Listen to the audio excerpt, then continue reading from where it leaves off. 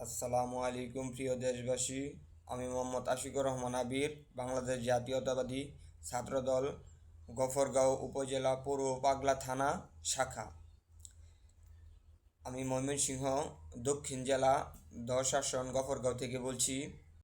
আমি গফরগাঁওয়েরই কৃতি সন্তান।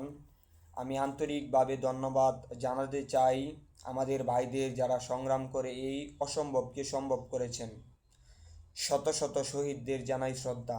আমাদের গফরগাঁওয়ের ভালোবাসার মানুষের আরেক নাম বাংলাদেশ জাতীয়তাবাদী দল বিএনপি। 17 বছর যাবৎ আমাদের দেশের মানুষ, গফরগাঁওয়ের মানুষ ভালো ছিল না। এই স্বৈরাচার সরকার শেখ হাসিনার অত্যাচারে আমাদের দেশের মানুষ, গফরগাঁওয়ের মানুষ অতিষ্ঠ হয়ে পড়েছিল।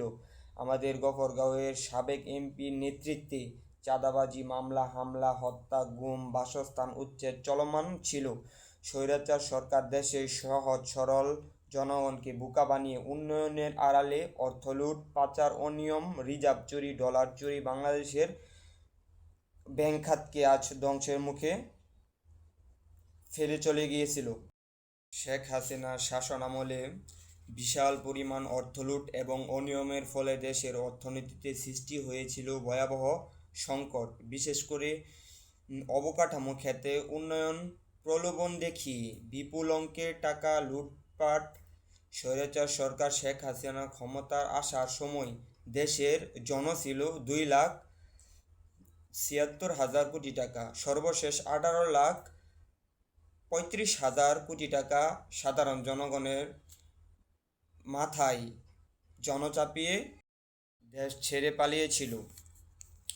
স্বৈরাচার সরকার শেখ হাসিনার নেতৃত্বে তার অঙ্গ সংগঠনের নেতাকর্মীদের নেতৃত্বে পুরো দেশ জুড়ে মিথ্যা মামলা, হামলা, টর্চার, গুম, গণহত্যা, বাসস্থান উচ্ছেদ, চাঁদাবাজি, সাধারণ জনগণের উপর জুলুম, দেশের টাকা লুটপাট আয়নাঘরের মতন জায়গা তৈরি করেছিল।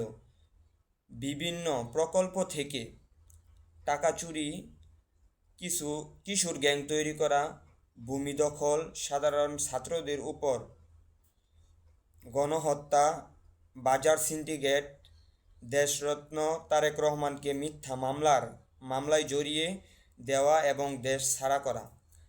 তিনবার বিনা ভোটে নির্বাচিত হয়েছিল স্বৈরাচার সরকার শেখ হাসিনা। স্বৈরাচার সরকার শেখ হাসিনা প্রাইম মিনিস্টার ছিল না, সে ছিল ক্রাইম মিনিস্টার। বাংলাদেশের সকল দুর্নীতির কারিগর ছিল স্বৈরাচার শেখ হাসিনা। স্বাধীনতার ঘোষক জিয়াউর রহমান জিন্দাবাদ। তিনবার জনগণের ভোটে নির্বাচিত বেগম খালেদা জিয়া জিন্দাবাদ। তারেক রহমান জিন্দাবাদ। বাংলাদেশ জাতীয়তাবাদী ছাত্রদল জিন্দাবাদ।